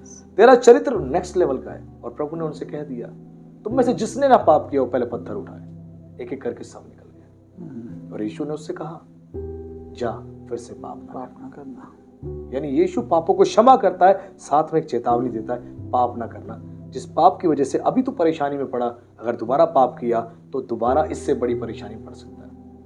और यीशु ने जिस जिसको क्षमा किया उससे यही बात बोली दोबारा पाप ना करना। नेक्स्ट लेवल का उसका प्रेम है। और जो आपने बोला उसका न्याय, बिल्कुल उसका न्याय, उस न्याय में कोई भी पक्षपात नहीं करता, क्योंकि ये ओल्ड टेस्टमेंट में पावरफुल कैरेक्टर है जिसके बिना मैं कहता हूँ ओल्ड टेस्टमेंट की हम जो बातें पढ़ते हैं कहीं ना कहीं अधूरी सी पाई जाती हैं। वो बड़ा इंपॉर्टेंट कैरेक्टर है, वो है मोसेस। मोसेस को परमेश्वर ने व्यवस्था दी, मूसा को परमेश्वर ने इजराइलियों की अगुवाई के लिए चुना, मूसा को परमेश्वर ने फिरौन के हाथ से इजराइलियों को छुड़ाने के लिए चुना, मूसा के द्वारा अद्भुत काम दिखाए और उसी मूसा को मारने के लिए परमेश्वर आ गया। और उसके बाद वो भाग रहा है। क्यों? क्योंकि खुद एक यहूदी होने के नाते, व्यवस्था का ज्ञानी होने के नाते उसने अपने बेटे का उसके खतना नहीं करवाया था और परमेश्वर ने खुद उसको मारने का निर्णय किया और स्वर्गदूत उसके पीछे पीछे था मारने के लिए। और जैसे इस बात को सिपोरा ने देखा, फटाफट से अपने बेटे की खलड़ी का खतना किया और स्वर्गदूत के पैरों में फेंक दिया और स्वर्गदूत छोड़कर चला गया। यानी परमेश्वर ने कोई पक्षपात नहीं किया। और मूसा ने फिर गलती करी तो परमेश्वर ने कहा मूसा तू कनान में नहीं जाएगा, देख ले कनान, दिखा देता हूं, जाने नहीं दूंगा। कितना बड़ा अपोस्टल है, कितना बड़ा प्रेरित है, पास्टर है। गलती करी तो जैसे एक विश्वासी के लिए न्याय है वैसे एक पास्टर के लिए न्याय है, वरन पास्टरों के लिए तो और कड़ाई के साथ न्याय है। जो वचन बताता है वो कोई पक्षपात नहीं करता। आज कई लोग ऐसा सोचते हैं हम प्रभु के दास हैं, हम बड़ी बड़ी गलतियां कर लेंगे वो माफ कर देगा। नहीं, आपको अपनी गलतियों को स्वीकार करना पड़ेगा, नम्र होना पड़ेगा। और यीशु का चरित्र हमें सिखाता है। उसके जिस कैरेक्टर की हम बात कर रहे हैं वो कैरेक्टर आज अफसोस की बात है बहुत कम लोगों में दिखाई देता है और हम में दिखना बहुत जरूरी है। जब तो हम मसीह कहलाएंगे। मैं आप सभी को कहना चाहता हूं आज हमें समझना है यीशु मसीह का कैरेक्टर कैसा था। जिस यीशु मसीह के ऊपर हम बात कर रहे हैं, पुराने नियम के सारे भविष्यवक्ताओं ने केवल यीशु को केंद्र बिंदु रखा। सबने यीशु की बातें करी, सबने हम सबको यीशु तक पहुंचाने का प्रयास किया। हम नए नियम की बातें करें, सभी प्रेरितों ने जो सेवा करी उन सब के अंदर जो कुछ कैरेक्टर्स देखते हैं, अच्छी बातें देखते हैं, वो यीशु का स्वभाव था और सब ने हमें यीशु तक पहुंचाने का प्रयास किया। और घूम फिर के सब लोग केवल एक ही की बात कर रहे थे, वो प्रभु यीशु मसीह की। ध्यान रखें, हम कुछ भी करते हैं हमारा केंद्र बिंदु यीशु मसीह होना चाहिए। और यदि यीशु मसीह हमारा केंद्र बिंदु है तो यीशु मसीह के कैरेक्टर से हमें सीखना चाहिए। उसके अंदर कितनी क्षमा थी, उसके अंदर कितनी दया थी, आज हमारे अंदर नहीं है। अफसोस की बात है हमारे अंदर नहीं है। हम पवित्र आत्मा के प्रकटीकरण को देखते हैं। पवित्र आत्मा का प्रकटीकरण ऐसा है कि हमारे अंदर 9 प्रकार की बातें पाई जाती हैं जो हमें गलातियों उसके 5:22 में मिलती है। और वो कैरेक्टर हमारे अंदर होना बहुत जरूरी है। और मैं कहना चाहता हूं इसके लिए हमें निरंतर प्रार्थनाएं करनी है, हमें उपवास करना है, उसके वचन का पालन करना है, ये चरित्र हम में पाया जाए। बाइबल में एक जगह पर मसीहों को फर्स्ट टाइम मसीह बोला गया। जब उनके जीवन को, उनके आचरण को देखा गया तो बोला गया ये लोग मसीह लोग हैं। और मसीह लोग क्यों बोला गया? क्योंकि उनके अंदर मसीह दिखाई दे रहा था, मसीह का स्वभाव दिखाई दे रहा था। आज हम यीशु मसीह पर विश्वास करने के द्वारा अपने आप को मसीह तो कह सकते हैं और लोग हमें मसीह तो कह सकते हैं, लेकिन बाइबल के जमाने में मसीह उनको कहा गया, उस कलीसिया को कहा गया जो कलीसिया पूरी तौर से मसीह के स्वभाव में ढल गई थी। आज हमें मसीह के स्वभाव में ढलने की आवश्यकता है। जब हम मसीह के स्वभाव में ढलते हैं तब जाके परमेश्वर का राज्य हमारे अंदर पूरा होता है और हमारा जीवन बदलता है। मैं कहना चाहता हूं इतना आसान तो नहीं है जितना आसान हमें कई बार लगता है, लेकिन जितना ज्यादा हम परमेश्वर के हाथों में सौंपेंगे वो हमें बनाएगा। उसका वचन कहता है वो कुम्हार है और हम मिट्टी हैं। जब मिट्टी कुम्हार के हाथ में आती है तो कुम्हार अपनी मर्जी से उसे एक आकार देता है और जितना आप उसके हाथ में देंगे उतना वो आपको आकार देगा। और ये आकार एक दिन में नहीं मिलेगा, मैं फिर कह रहा हूं सालों सालों का समय लगेगा, लेकिन प्रभु यीशु मसीह आपको वो आकार देगा। जिस मूसा को उसके पैदा होने से पहले ही परमेश्वर ने चुन लिया था, उस मूसा को भी परमेश्वर ने 40 वर्षों तक जंगल में छोड़ दिया। भेड़ बकरियों को चरा रहा था अपने ससुर की। 40 सालों तक उसका कैरेक्टर कैसा था? भेड़ बकरियों को चराने वाला कैरेक्टर था। और 40 सालों तक उसके चरित्र का परमेश्वर निर्माण किया, उसके स्वभाव को बदला, उसके नेचर को बदला। जब बदल गया तो खुद वचन कहता है पृथ्वी पर जितने मनुष्य थे उन सब में सबसे ज्यादा वो नम्र था। और जब उसके बाद परमेश्वर ने उसको अपनी सेवा के लिए इस्तेमाल किया, वचन कहता है महिमा मिलने से पहले नम्रता होनी जरूरी है। अगर नम्रता है तो महिमा हमारे ऊपर आएगी। मूसा को 40 वर्ष लगे, 80 साल की उम्र में नम्रता उसके अंदर आई। उससे पहले तो एग्रेशन था उसके अंदर, गुस्से वाला था। उसने देखा कि उसके जाति भाइयों को मारा जा रहा है तो उसने उस मिस्री को पकड़ के जान से मार दिया, टेटवा दबा के खत्म कर दिया। क्यों? उसके अंदर नम्रता की कमी थी। लेकिन फिर परमेश्वर ने 40 वर्षों तक उसके चरित्र का, उसके कैरेक्टर का निर्माण होने दिया। जब निर्माण हो गया तो उसको बड़ी सेवा के लिए, एक विशाल सेवा के लिए परमेश्वर ने इस्तेमाल किया। अगर आज भी आपके द्वारा परमेश्वर कार्य नहीं कर रहा या बड़े काम नहीं हो रहे हैं तो आप समझ जाइए आपके कैरेक्टर का परमेश्वर निर्माण कर रहा है, आपके चरित्र का निर्माण कर रहा है। आप 40 साल लगाएंगे नम्र होने में तो परमेश्वर 40 साल बाद आपको इस्तेमाल करेगा। आप अगर 4 महीने लगा देंगे तो परमेश्वर आपको बड़ी अद्भुत रीति से इस्तेमाल करेगा। तो जरूरी है कि अपने आप को हम नम्र करें, और जितनी नम्रता आएगी उतना ज्यादा हम परमेश्वर के काम को अद्भुत रीति से कर पाएंगे। आज यीशु मसीह का कैरेक्टर जिस पर हम स्टडी कर रहे हैं, ये कैरेक्टर हमारे भीतर भी पाया जाना बहुत जरूरी है, और जिसके लिए निरंतर हमें अपने ऊपर ध्यान देना है। हम कई बार दूसरों की स्कैनिंग करते हैं लेकिन हम खुद की स्कैनिंग नहीं करते। हमें खुद की स्कैनिंग करनी है कि हमारा बोल कैसा है, हमारे विचार कैसे हैं, हमारा हृदय कैसा है, हमारे कार्य कैसे हैं। क्योंकि वचन कहता है कि परमेश्वर का देखना मनुष्य सा नहीं है। मनुष्य तो बाहर का रूप रंग देखता है, बाहर की बोली सुनता है, लेकिन परमेश्वर हृदय को देखता है कि हमारे हृदय में क्या विचार चल रहे हैं, हृदय से हम कैसे मनुष्य हैं, हृदय से हम कैसा सोचते हैं। और मैं सच बता रहा हूं आपको, जरूरी है कि आज भी हम अपने जीवन को सही करें। अगर हमारा जीवन आज भी सही नहीं तो एक समय आएगा हमें बैठ के रोना होगा। लेकिन आज अपना जीवन हम सुधार लेंगे तो बड़ा काम अपने जीवन में हम प्रभु का देख सकते हैं। ध्यान रखें, इन बातों को सीखना बहुत जरूरी है। अगला सवाल मेरा आपसे है, यीशु मसीह की सेवकाई की वह कौन सी मुख्य 3 बातें हैं जिनसे आप बहुत प्रभावित हुए और जिसके विषय में आज हमारे सारे मसीह भाई बहनों को सीखना चाहिए? प्रभु यीशु मसीह की सेवकाई में तो कार्य बहुत सारे हुए और बाइबल भी ऐसा बताती है, अगर वो सब बातें लिखी जाती तो वो पुस्तक पृथ्वी पर भी नहीं समाती। लेकिन 3 ऐसी बातें यीशु मसीह की सेवकाई में जिससे आप बहुत प्रभावित हुए और उनको पढ़ने के बाद, जानने के बाद आप बहुत इंस्पायर्ड हो गए, तो प्लीज वो बातें बताएं ताकि हमारे सुनने वाले लोग आशीष पाएं। जैसे पास्टर मैंने पहले भी कहा कि बहुत सारी बातें हैं प्रभु की चरित्र के बारे में और उनकी सेवा के बारे में, लेकिन कुछ बातें हमें बहुत ज़्यादा प्रभावित करती हैं। उनमें से एक मैं कहना चाहता हूँ कि परमेश्वर की इच्छा को पूरा करना, do the will of God.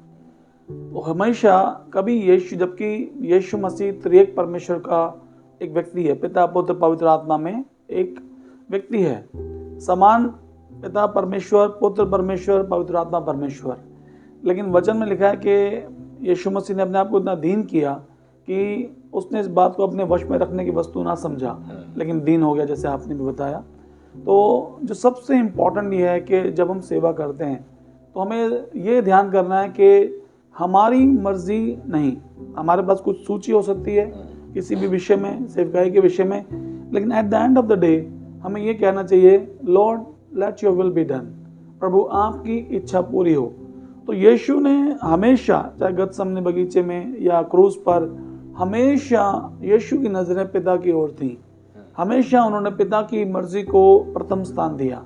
तो जब हम सेवकाई करते हैं तो हमें बहुत ध्यान करना है कि हम जो भी योजना बनाते हैं, हम जो भी प्लानिंग कर रहे हैं, हमें हमेशा पिता की जो मर्जी है उसको प्रथम स्थान देना है। क्योंकि जो परमेश्वर की जो इच्छा है या उसकी मर्जी है वही प्रबल होनी जरूरी है, क्योंकि वही सर्वोत्तम होगी। हमारी योजनाएं, हमारे जो प्रयास हैं वो असफल हो सकते हैं, लेकिन जिस युक्ति को परमेश्वर बनाता है, पिता परमेश्वर बनाते हैं, वो कभी भी असफल नहीं हो सकती। तो यीशु के जीवन में मैंने हमेशा ये देखा कि उन्होंने पिता की मर्जी को हमेशा पूर्ण किया। दूसरा जो बहुत ही अहम है वो है लोगों पर तरस खाना। जब उन्होंने भीड़ को देखा तो उनको तरस आया, है ना। जब वो इजराइल में प्रवेश कर रहे थे, विजय प्रवेश, तो वहां पर भी वो रोए। उनकी सेवकाई का जो एक मेन जो एक आकर्षण था वो हमेशा थे लोग। वो लोगों के लिए इस संसार में आए, मनुष्य का पुत्र खोइयों को ढूंढने और उनका उद्धार करने आया। संसार में बहुत सारे लोग हैं, बहुत सारे फिरके हैं, बहुत सारे विश्वास हैं, और ज़्यादातर हम ये देखते हैं कि सब लोग जो है वो पापी से घृणा करते हैं, लेकिन पाप को पूरा एंजॉय करते हैं। लेकिन यीशु के साथ एकदम उलट है, वो पापी से प्यार करते हैं और वो पाप से घृणा करते हैं, इसलिए वो निष्कलंक परमेश्वर का मेमना है। तो उनकी सेवकाई में उन्होंने जब लोगों को देखा जो कुचले हुए हैं, जो व्यभिचार में हैं, जो चोर हैं, क्रूस पर भी यीशु ने एक डाकू से कहा तो आज ही मेरे साथ स्वर्गलोक में होगा। तो लोग हमेशा उनके इर्द गिर्द रहते थे, हजारों की संख्या में लोग उनके साथ चलते थे। कभी वो उनको रोटी खिला रहे हैं, कभी उनको चंगाई दे रहे हैं, कभी मुर्दों को जिंदा कर रहे हैं, वो पूर्ति कर रहे हैं। सारा उनका जीवन जो था, जब उनके माता और भाई लोग आए तो लोगों ने बोला कि तुम्हारे माता और भाई आए मिलने के लिए। उसने बोला ये है मेरे माता और मेरे भाई, परमेश्वर की मर्जी को पूरा करना, ये है मेरा भोजन, ये है मेरे लोग, है ना। कुएं के ऊपर जब उस स्त्री से, सामरी स्त्री से यीशु ने मुलाकात की, तब भी उन्होंने यही कहा कि यही, तो उनको लगा कि यीशु ने भोजन किया, बोला यही है मेरा भोजन कि मैं अपने पिता की इच्छा को पूरा करूं। तो पहली चीज परमेश्वर की मर्जी को हमेशा पूरा करना सेवकाई में। दूसरी चीज, लोग जो है, सब कुछ जो है वो लोगों के बारे में। वैसे तो हम लोग कहते हैं कि it is all about Jesus, हमारी सेवा का सब कुछ जो है वो यीशु के लिए है। लेकिन यीशु के जब आप सुसमाचारों को पढ़ें, यीशु की कहानी को पढ़ें, तो आप पाएंगे कि उन्होंने एक एक कतरा अपने खून का बूंद यीशु ने क्रूस के ऊपर बहा दिया। किस कारण? क्योंकि वो लोगों से प्यार करते थे। उनके लिए एक आत्मा का भी मूल्य है। जैसे आपने एग्जाम्पल दिया उड़ाऊ पुत्र का, सब कुछ बर्बाद कर दिया, अब बदबू आ रही है, अब सूरों का खाना खा रहा है और बाल उसके बिखरे हुए हैं, और ऐसा नहीं कोई उसे गले लगा ले। लेकिन जब वो अपने सेंस में आया, उसने बोला मैं जाकर कहूंगा कि पिताजी मैंने आपके विरोध में और स्वर्ग के विरोध में मैंने पाप किया। और जब वो ऐसी मनसा लेके आ रहा था और वो दूर से ही उसके पिता ने उसको देख लिया और उसको गले लगाया, उसके वस्त्र को बदला। तो ये जो चित्रण है, ये हम कई बार हम बोलते हैं कि उड़ाऊ पुत्र का दृष्टांत है, लेकिन वास्तव में ये उड़ाऊ पुत्र का नहीं है, ये प्रेमी पिता का दृष्टांत है। तो वो जो उनका जो लोगों के प्रति जो प्रेम है वो एकदम बहुत ही जबरदस्त है। तो जब भी हम सेवा करें, देखिए जब आप प्रचार करते हैं, मैं आपको बता रहा हूँ, मैं फरीदाबाद में रहता था, तो मैं जॉब के लिए दिल्ली आता था लोकल ट्रेन से, और आपको मैं लिटरली बता सकता हूँ, मैं प्रभु में नया नया बढ़ रहा था। कई बार मैं बहुत ज़्यादा भीड़ होती थी ट्रेन में, तो मैं उस भीड़ को देखकर कई बार मेरे आंसू बहते थे, मैं रोता था। मैं बोलता था प्रभु लोग नरक में जा रहे हैं, लोग तुझे जानते नहीं है, इतनी बड़ी भीड़ है, इतने लोग भरे पड़े हैं और इस सब लोग नरक में जा रहे हैं, इनको कुछ पता नहीं है। तो उनके लिए तो ये क्यों होता था? क्योंकि फिलिपियों में लिखा है जैसा मसीह यीशु का स्वभाव वैसा ही तुम्हारा भी हो। तो यीशु को ये हमारा नहीं है, ये यीशु का स्वभाव है कि वो लोगों पे तरस खाते हैं, लोगों से प्रेम करते हैं। अभी आप बोल रहे थे उनके गुण के बारे में, जो तरस का गुण है। मैंने कहीं पढ़ा था कि what is the meaning of grace, अनुग्रह का मतलब क्या है? तो अनुग्रह का मतलब है किसी ऐसे व्यक्ति को प्रेम करना या प्रेम दिखाना जो उसे कतई लायक ना हो।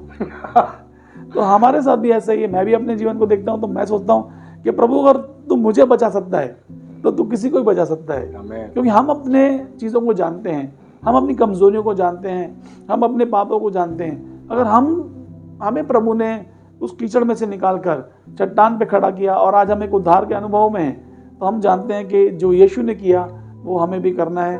कुरिन्थियों में लिखा है, पहला कुरिन्थियों, पौलुस ने कहा कि जैसा मैं मसीह की चाल चलता हूँ मेरा अनुसरण करो, follow the example of me as I follow the example of Christ. मेरी सी चाल चलो जैसा मैं मसीह की चाल चलता हूँ। तो मसीह की चाल में जो बहुत इंपॉर्टेंट चीज़ है वो है लोगों से प्रेम करना, उन पर तरस खाना। और चाहे ये स्टेज परफॉर्मेंस नहीं है, चिन्ह चमत्कार करना, अद्भुत चीज़ें करना, उन सब के पीछे जो एक हृदय है वो है लोगों से प्रेम करना, उनको तरस खाना, उन पर दया करना। और ये यीशु की सेवकाई में रहा। और तीसरा उनकी सेवकाई का जो बहुत महत्वपूर्ण भाग है वो है उनकी सेवकाई में सामर्थ्य और अधिकार काम करता है। क्योंकि जैसे हमने वचन में देखा कि परमेश्वर का राज्य बातों में नहीं है लेकिन सामर्थ्य में है। अभी कोई भी हमारा भाई या बहन सेवा जो कर रहे हैं, यदि उनके जीवन में ये सब बातें नहीं है, यदि वो परमेश्वर की मर्जी को पूरा नहीं कर रहे और केवल अपनी मर्जी को पूरा कर रहे हैं, तो मैं आपको बताऊं वो सेवाकाई जो है वो सफल नहीं होगी।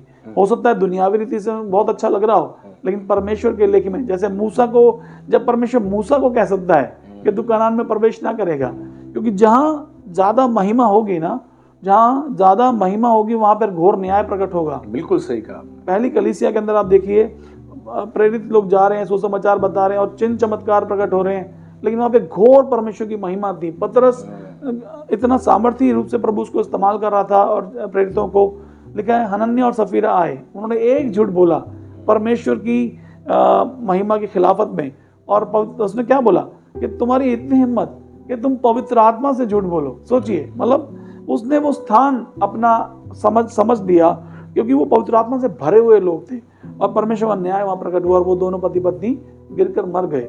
इसीलिए हमें क्या करना है, ये सामर्थ और अद्भुत काम जो भी हैं ये जरूरी हैं, लेकिन उनके पीछे परमेश्वर का तरस, लोगों के प्रति प्रेम, ये बहुत इंपॉर्टेंट चीज़ है। तो ये 2-3 बातें मुझे बहुत प्रभावित करती हैं कि हमें हमेशा पिता की इच्छा को फॉलो करना चाहिए, हमें हमेशा जो है लोगों पे तरस खाना चाहिए, क्योंकि सारी सेवकाई लोगों के बारे में ही है, उनको प्रभु से जोड़ने के बारे में। और तीसरा जो है सामर्थ्य और अधिकार हमें इस्तेमाल करना है, लेकिन उसके लिए जैसे आपने भी कहा कि हमें अंदर से अपने आप को प्रभु को सौंपना है। ये भारी परफॉर्मेंस नहीं है, लेकिन ये परमेश्वर का कार्य है, ये उसका राज्य है। नहीं पास्टर, बिल्कुल सही कहा आपने। और ये इंपॉर्टेंट वो बातें हैं जो जिन बातों पे हम चर्चा कर रहे हैं। एक्चुअली आज हमारा मसीह समाज ना इन बातों से कहीं ना कहीं दूर होता जा रहा है, और हम देखते हैं जो मॉडर्न चर्चेस आज की डेट में आ चुकी है ना, उनकी जो शिक्षाएं हैं, उनकी जो बातें हैं, उनको पूरी तौर से ना परमेश्वर के वचन से दूर करने का वो काम कर रहे हैं। सुनने में, देखने में बड़ा अच्छा लगता है, लेकिन मैं कहता हूँ आजकल जो मॉडर्न चर्चेस हैं वो केवल वहाँ पे मोटिवेशनल स्पीकर्स खड़े हो चुके हैं। वहाँ पे प्रभु के दास नहीं है। प्रभु के दास फटकारते थे, प्रभु के दास सिखाते थे, प्रभु के दास करेक्ट करते थे, लेकिन आज मोटिवेशनल स्पीकर्स हैं जो साफ कहते हैं इस वचन की तुम घोषणा करो, तुम्हारे जीवन में कार्य हो जाएगा। यीशु तुमसे प्यार करता है, अगर प्रेम करता है तो वो तुम्हें दंड भी देगा, ये कौन सिखाएगा? इब्रानियों 12 बताता है कि वो परमेश्वर जैसे शारीरिक पिता हमारी ताड़ना करता है, वैसे वो भी हमारी ताड़ना करता है। ये बातें सिखाने वाला कोई नहीं है। यीशु की सेवकाई में 3 ऐसी बातें हैं जो मुझे भी बहुत, जिन बातों ने प्रभावित किया। पहली बात, यीशु मसीह का मैंने देखा टाइम को कभी वेस्ट नहीं किया। मैं अब देखता हूँ यीशु के, हम सुसमाचारों को जब पढ़ते हैं, चारों सुसमाचारों में, तो देखते हैं यीशु कहीं पर भी टाइम को बर्बाद नहीं कर रहा। वो हर जगह पे कुछ ना कुछ कर रहा है। हम आज टाइम को कई बार वेस्ट करते हैं, अपने फोन को लेके कुछ ना कुछ स्क्रॉल करने में लगे रहते हैं, हम दाएं बाएं बेकार की बातों में लगे रहते हैं, अपने समय को वेस्ट करते हैं। यीशु ने टाइम को वेस्ट नहीं किया। इसीलिए दाऊद कहता है हे परमेश्वर, मुझे अपने दिन गिनने की समझ दे ताकि मैं बुद्धिमान हो जाऊं। आज जब हम अपने दिनों को खराब करते हैं, अपने समय को खराब करते हैं, हम भूल जाते हैं परमेश्वर एक मकसद के लिए हमें भेजा है। हम परमेश्वर के एम्बेसडर हैं, और एम्बेसडर का काम होता है उस राज्य को रिप्रेजेंट करना जिस राज्य की ओर से आपको भेजा गया है। हम स्वर्ग के राज्य की बात करने आए हैं, और हमें अपने टाइम को वेस्ट नहीं करना। आज टाइम हम वेस्ट करते हैं। हम देखते हैं यीशु को सोने तक की फुर्सत नहीं मिल रही थी, वो लगातार सुसमाचार का प्रचार कर रहा है, यीशु हीलिंग सर्विस कर रहा है, मिरेकल सर्विस कर रहा है, वो गॉस्पेल को प्रीच कर रहा है, वो लोगों के साथ बैठ के उनसे बातें कर रहा है, उनके हृदय में अपने प्रेम को पहुंचा रहा है, वो लगातार कुछ ना कुछ कर रहा है। हम देखते हैं आज कई सारे पास्टर्स संडे प्रीच करते हैं, 6 दिन कुछ नहीं कर रहे। सही बात है, बड़े अफसोस की बात है, कुछ नहीं कर रहे, टाइम को वेस्ट कर रहे हैं। और कितने ऐसे प्रभु के लोग हैं, कितने अच्छे बिलीवर्स हैं जो वचन की अच्छी समझ रखते हैं, बहुत सारे गिफ्ट प्रभु ने उनको दिए, लेकिन वो केवल एक दिन आके काम करते हैं, बाकी 6 दिन आराम से शांति से बैठते नहीं। यीशु ने एक दिन भी खराब नहीं किया। और अफसोस की बात है, जब यीशु नाव में सो रहा था तब चेलों ने सोने भी नहीं दिया, तब भी आके उठा दिया, हे गुरु उठ, तुझे हमारी चिंता नहीं, हम तो नष्ट हुए जा रहे हैं। यीशु ने समय को बर्बाद नहीं किया, समय को यूटिलाइज किया। मुझे प्रभु ने पिछले दिनों बोला, मैं एक जगह से आ रहा था और आकाश मेरे साथ था बाइक पे, और हम लोग आ रहे थे, तो आते समय पवित्र आत्मा ने मुझे कहा, साफ शब्दों में प्रभु ने मुझे कहा, मैं तुझसे एक बात कह रहा हूं, सुन। मैंने कहा हाँ प्रभु। प्रभु ने कहा, मैं शीघ्र आने वाला हूं, समय थोड़ा है, काम बहुत है, समय को बर्बाद मत कर, बहुत काम करने हैं, इसीलिए कामों में लगा रहे, प्रार्थना नहीं छोड़नी, अपने समय को मेरे साथ बिता, मैं तुझे नॉलेज विजडम दूंगा, मैं तुझे आगे प्लानिंग्स बताऊंगा कैसे करना है, लेकिन करने में लगा रहे, टाइम को वेस्ट नहीं करना। हम देखते हैं यीशु ने कभी समय बर्बाद नहीं किया, हमें भी अपना समय बर्बाद नहीं करना। आज हमारे मसीह लोग कई बार अपने समय को बर्बाद कर रहे हैं इधर उधर बेकार की चीजों में, लेकिन जो प्रभु ने काम सौंपा उसको नहीं कर रहे। चेले आके बोलते हैं, प्रभु भूख लगी है, खाना लेने जाए, तो प्रभु कहते हैं, मेरा भोजन तो ये है कि अपने भेजने वाले की इच्छा के अनुसार चलो उसके काम को पूरा करूं। यीशु के अंदर एक ही बोझ था, कि मुझे अपना काम पूरा करना है। यीशु को पता है केवल अब मेरे पास 3 साल है। 30 साल की उम्र में यीशु ने सेवकाई शुरू करी और उस यीशु को पता 3 साल केवल मेरे पास है। एक दिन भी वेस्ट नहीं किया, एक दिन भी। आज हमारे मसीहों को अगर पता लग जाए ना कि यीशु मसीह 3 महीने बाद आ रहा है, तो तब भी कैजुअल होके बहुत से मसीह रहेंगे, हाँ प्रभु आने वाला है, और 3 दिन पहले तैयारी करेंगे कि प्रभु आएगा और हम प्रभु के साथ जाएंगे। सोचिए, यीशु को पहले से पता 3 साल मेरे पास है, अब केवल एक दिन भी वेस्ट नहीं किया। राज्य राज्य में जाके उसने प्रचार किया, लोगों के बीच में जाके प्रचार किया, वो लगातार काम में लगा रहा। यीशु की सेवा में ये बड़ी खास बात मैं देखता हूँ। इसीलिए मैं अपने टाइम को कई बार वेस्ट नहीं करता। मेरा सोने का कोई समय नहीं, कई बार 3 बजे, कई बार 4 बजे मैं 2-3 घंटे सोता हूँ, उठता हूँ, फिर मैं अगले काम में लग जाता हूँ, मैं लगा रहता हूँ। क्यों? क्योंकि प्रभु को सेवक चाहिए जो 24/7 अवेलेबल रहे। कई लोग कहते हैं हम प्रभु की सेवा कर रहे हैं, और सेवा के लिए केवल वो इतवार के दिन दिखाई देते हैं, बाकी 6 दिन कोई सेवा नहीं होती। प्रभु को अपनी सेवा के लिए 24/7 अवेलेबल चाहिए, और जिस समय आवाज लगाए आपको उठना है, कार्य करना है।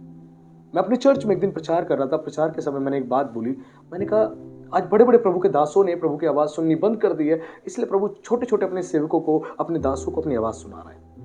मैंने कहा जैसे एग्जाम्पल हम देखते हैं बाइबल में, एली को परमेश्वर ने आवाज नहीं दी क्योंकि एली ने सुनना बंद कर दिया था, तो परमेश्वर ने उस छोटे बच्चे शमूएल को आवाज दी, और शमूएल ने क्लियर आवाज सुनी, और परमेश्वर ने सब कुछ उसको बताया, एली को छोड़कर उसको बताया। देखिए कितनी महानता है हमारे परमेश्वर की। जब आप सुनना छोड़ देंगे, कोई प्रभु का बड़ा दास सुनना छोड़ देगा, तो प्रभु छोटे छोटे सेवकों को सुनाएगा अपनी बात। वो चाहता है कि कान खोलकर हम रेडी रहें कि वो हमसे क्या कह रहा है। यीशु लगातार लगा रहा, टाइम को वेस्ट नहीं किया। हमें भी टाइम वेस्ट नहीं करना, निरंतर हमें प्रभु के वचनों को सीखना है, हमें बेहतर बेहतर ढंग से उसकी सेवा करनी है, हमें लगे रहना है, लगे रहना है। आज मैं आते समय मैं आकाश से मैं यही बात कर रहा था कि आकाश अब आगे नए कुछ प्रोग्राम शुरू करने जो प्रभु ने हृदय में डाले, और क्विकली हम उस पर काम करके हमें शूट करने शुरू कर रहे हैं, और जल्दी शूट करके हमें वो रिलीज करने हैं। मैंने कहा उसके अलावा 2-3 प्रोग्राम्स हो रहे हैं, हमें और करने हैं। मैंने कहा हम रुकने वाले नहीं, समय थोड़ा है, काम बहुत है। मैं चाहता हूं कि जब प्रभु आए तो प्रभु ये बोले, अच्छे हे विश्वास योग्य दास, तेरे कामों को मैंने देखा और तेरे काम मुझे भाए। प्रभु ने हमें तोड़े दिए हैं, किसी को 5, किसी को 3, किसी को 2, किसी को 1। हमें कमाने हैं, तोड़े कमाने, तोड़े से तोड़े। हम वही काम कर रहे हैं, तोड़े से और तोड़े कमाने में लगे हुए हैं। आज बहुत से लोग एक तोड़ा लेके बैठ गए। हमें ऐसा नहीं करना, हमें तोड़ों को कमाना है। और यीशु मसीह की सेवकाई में दूसरी चीज में खास बात देखता हूं, यीशु मसीह ने प्रार्थना कभी नहीं छोड़ी। आज हमारे मसीह लोग प्रार्थना छोड़ देते हैं। यीशु देख रहे भोर में तड़के उठ के प्रार्थना कर रहा है, देख रहे दोपहर में भी पहाड़ पे जाके प्रार्थना कर रहा है। हम देख रहे हैं यीशु मसीह रात को भी जैसे ही फ्री हुआ भीड़ से वैसे जाके प्रार्थना कर रहा है। यीशु ने कभी भी अपने पिता के साथ बैठना नहीं छोड़ा। यीशु जानता था ये प्रार्थना वो शस्त्र है, वो सामर्थी हथियार है जिसके द्वारा मैं युद्ध लड़ सकता हूँ, युद्ध को जीत सकता हूँ। आज हमारे मसीह लोग प्रार्थना को कई बार हल्का लेते हैं, बड़े अफसोस की बात है। प्रार्थनाएं नहीं छोड़नी है, प्रार्थनाएं ही हमें शक्तिशाली बनाती है। मैं सच बताऊं आपको, प्रार्थना के बिना मुझे ऐसा लगता है जैसे बिना पानी के मछली, क्योंकि जब तक मैं प्रार्थना ना करूं मुझे बल ही नहीं मिलता, मुझे सामर्थ्य ही नहीं मिलती, मुझे हिम्मत ही नहीं मिलती, मुझे प्रकाशन ही नहीं मिलता कि मैं उसके कामों को करूं। प्रार्थना के द्वारा सब कुछ होता है। एक बार एक मसीह विश्वासी ने मुझसे पूछा कि पास्टर जी कितनी देर बैठ के प्रार्थना करनी चाहिए, कम से कम। मैंने कहा देखिए एक बिलीवर को तो कम से कम 1 घंटा प्रार्थना करनी चाहिए। कह रहे बाइबल में लिखा है। मैंने कहा बिल्कुल लिखा है। मैंने कहा प्रभु यीशु मसीह ने अपने चेलों को कहा, क्या तुम मेरे लिए 1 घड़ी भी नहीं जाग सकते? It means 1 our. कम से कम 1 घंटा हर एक मसीह विश्वासी को प्रार्थना करना चाहिए। और जो सेवा में शामिल है उनको कम से कम 2 घंटे, और जो सेवा कर रहे हैं उनको कम से कम 3 घंटे, क्योंकि उनकी जिम्मेदारियां बड़ी हैं और पूरा आत्मिक जगत उनके खिलाफ लग जाता है कार्य करने के लिए। उनकी पत्नी पर अटैक्स करेगा, उनके बच्चों पर अटैक्स करेगा, उनकी फैमिली पर अटैक करेगा, वो लगातार उन्हें गिराने का प्रयास करेगा। अगर वो प्रार्थनाओं में है तो प्रभु संभालेगा। और यीशु ने कभी प्रार्थनाएं बंद नहीं करी। मैं खास बात देखता हूँ, बार बार हम पढ़ते हैं, सुसमाचार को देखते हैं, यीशु भोर में भी है, दोपहर में भी है और सांझ को भी है। प्रार्थनाओं में लगा, वो प्रार्थना नहीं छोड़ी, कभी भी प्रार्थना नहीं छोड़ी। और तीसरी बात यीशु मसीह की मुझे खास बड़ी पसंद है, प्रभु यीशु मसीह ने भौतिक चीजों का त्याग कर दिया। यीशु मसीह ने कहा लोमड़ियों के तो स्थान है रहने के लिए, उनकी गुफाएं हैं उनके पास रहने के लिए, लेकिन मनुष्य के पुत्र के पास सर धरने की भी जगह नहीं। यीशु ने इस संसार में कुछ भी स्थापित करने का काम नहीं किया। सब कुछ उसको पता है मेरा स्वर्ग में है। तो केवल वो कार्य करने में लगा रहा, रुका नहीं। उसने भौतिक कोई भी चीजों पर मन नहीं लगाया, वो केवल स्वर्ग की बातों पर मन लगा के वो स्वर्ग के परमेश्वर कार्य करता रहा। यीशु ने कुछ भी संसारिक चीजों की ओर फोकस ज्यादा नहीं किया। मैं ऐसा नहीं कहता कि हमें पृथ्वी पर घर नहीं लेने चाहिए, सोना चांदी नहीं लेना चाहिए, जो दिल करे वो आप ले सकते हैं, ये परमेश्वर की दी गई आशीष है। लेकिन यीशु के जीवन को हमें देखना है, कोई चीज उसको प्रभावित कर ही नहीं पाई, कोई चीज उसको लुभा ही नहीं पाई। केवल एक ही चीज उसके हृदय में थी कि मुझे अपना काम पूरा करना है, काम पूरा करना है, और वो काम करने में लगा रहा। पास्टर, बहुत जरूरी है। और यही परीक्षा शैतान लेकर आया था यीशु के पास। मुझे गिर के दंडवत प्रणाम कर, जगत का सारा वैभव दे दूंगा। यीशु ने कहा नहीं चाहिए, मेरी दी हुई चीज तो मुझे ही दिखा रहा है। कितना महान परमेश्वर है। एक बात मुझे याद आ रही है, हाँ जी, जैसे आप प्रार्थना के विषय में कह रहे हैं, तो किसी ने प्रभु के एक बहुत महान दास स्मिथ विगल्सवर्थ, हाँ जी भजन, उनसे पूछा कि पास्टर आप कितना देर प्रार्थना करते हैं? तो ज़्यादातर हम लोग, जैसे हम बोल रहे हैं भाई 1 घंटा 1 पहर, तो कई लोग 4 घंटे, कई लोग पूरी रात प्रार्थना करते हैं। हाँ जी। और तो स्मिथ विगल्सवर्थ बहुत प्रभु के बड़े दास थे, बहुत बड़ा काम उन्होंने प्रभु के लिए किया। तो उन्होंने कहा कि मैं सिर्फ आधा घंटा प्रार्थना करता हूँ। तो लेकिन उन्होंने फिर आगे कहा उन्होंने कि ऐसा कोई आधा घंटा नहीं होता जिसमें मैं परमेश्वर से बात नहीं कर रहा था। आमीन। तो इसलिए इट डजंट मैटर, इससे फर्क नहीं है कि हम कितनी लंबी प्रार्थनाएं कर रहे हैं, लेकिन हमें पूरा दिन परमेश्वर के साथ बातचीत करना ज़रूरी है। और बहुत आपने अच्छे तरीके से बताया, एक्सप्लेन किया। एक्चुअली ये जो साधारण बातें हैं, लेकिन यही जो आधारभूत सिद्धांत हैं बाइबल के प्रार्थना, वचन और अपना समय। और जब आप ये बोल रहे थे तो मेरे को भी एक चीज़ याद आ रही थी। मेरी कोशिश हमेशा ये होती है, पता नहीं क्यों मेरे मन में हमेशा विचार होता है। जब बीते दिनों में हमने बहुत सारे जवानों को हार्ट अटैक से मरते हुए देखा, कोई जिम में मर रहा है, डेथ हो रही है ऑल ऑफ सडन, और कोई इन्फेक्शन से कोरोना के टाइम में बहुत देखा हमने। तो मैं भी कोरोना से पीड़ित था, और जब प्रभु ने मुझे वहाँ से चंगाई दिया तो मेरे मन में एक जुनून सा हो गया। मैंने कहा कि मुझे मालूम नहीं कि अब कितना जीवन और बाकी है। प्रभु चाहे तो जितना भी उम्र दे सकता है, लेकिन तब से मेरे मन में एक चाहत ये हो गई कि प्रभु आप मुझे अनुग्रह दें कि जो मैं पहले कर रहा था उससे मैं ज़्यादा लोगों तक मैं अपनी पहुंच कर सकूं। और प्रभु का धन्यवाद, इन दिनों हम सोशल मीडिया कर रहे हैं और सोशल मीडिया के द्वारा हम लोगों तक पहुंच रहे हैं। तो ये बात बिल्कुल 100% फैक्ट है कि टाइम वेस्ट करने के लिए नहीं है, और हमें प्रभु के काम में लगे रहना चाहिए। क्योंकि ये संसारिक जीवन जो है, मनुष्य सारे जगत को प्राप्त करे, अपने प्राण की हानि उठाए तो उसे क्या लाभ होगा? तो हमारा जो राज्य है वो हम स्वर्ग में हम देख रहे हैं अपनी विरासत को, और हमें हमेशा इटर्निटी में, अनंत जीवन में वहाँ पे रहना है। तो कुछ ऐसा हमें करना है कि हम प्रभु के राज्य के लिए इस्तेमाल होते रहें। चाहे कितनी परीक्षा आएँ, यीशु की परीक्षा आई, लेकिन यीशु मसीह जयवंत हुए मनुष्य बनकर, उसी रीति से हम भी जयवंत हों, अपने द्वारा नहीं, अपनी सामर्थ्य के द्वारा नहीं, लेकिन I can do all thing through him who strengthen me. जो मुझे सामर्थ्य देता है उसके द्वारा मैं सब कुछ कर सकता हूँ। तो पास्टर, बहुत अच्छा लगा आपसे बात करके, और प्रभु आशीष दे।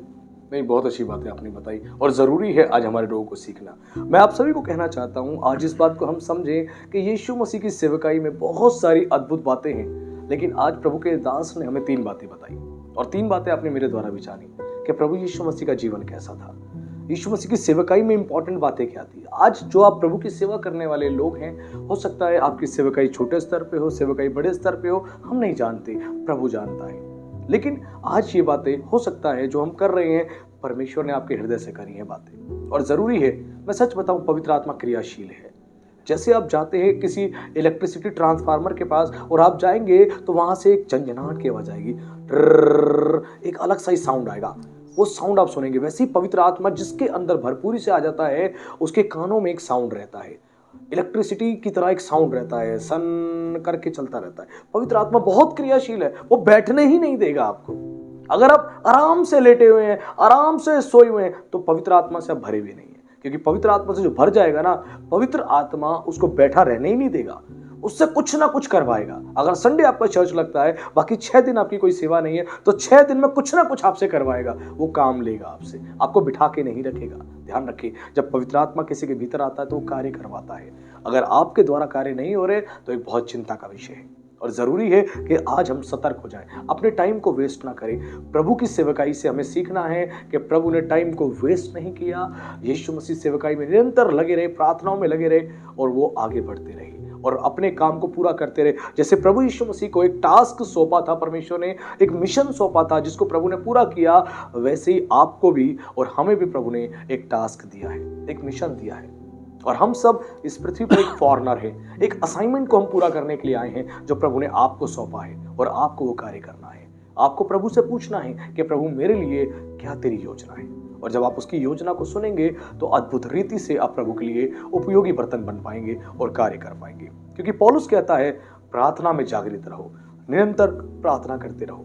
पौलुस खुद एक टेंट मेकिंग का काम कर रहा था, लेकिन उसके साथ साथ वो प्रार्थना में कंटिन्यू जागृत रहता था। ऐसा नहीं कि प्रार्थना के लिए बहुत अधिक समय उसके पास था, लेकिन वो काम करते करते प्रार्थना करता रहता था, प्रार्थनाओं में लगा रहता था। वैसे जहां पर भी आप रहते हैं, आपका जैसा मर्जी प्रोफेशन हो, आपको प्रार्थनाओं में जागृत रहना है। आपको निरंतर प्रार्थना करनी है अपनी कांग्रीगेशन के लिए, अपने पासवानों के लिए, अपने समाज के लिए, अपने देश के लिए, सभी प्रभु के दासों के लिए, अपने देश की गवर्नमेंट के लिए, पूरी दुनिया के लोगों के लिए आपको प्रार्थनाएं करनी है। क्योंकि परमेश्वर ने प्रार्थनाओं के लिए आपको चुना है, और जब आप प्रार्थनाएं करते हैं तो परमेश्वर प्रार्थनाओं के माध्यम से एक बड़ा काम करता है।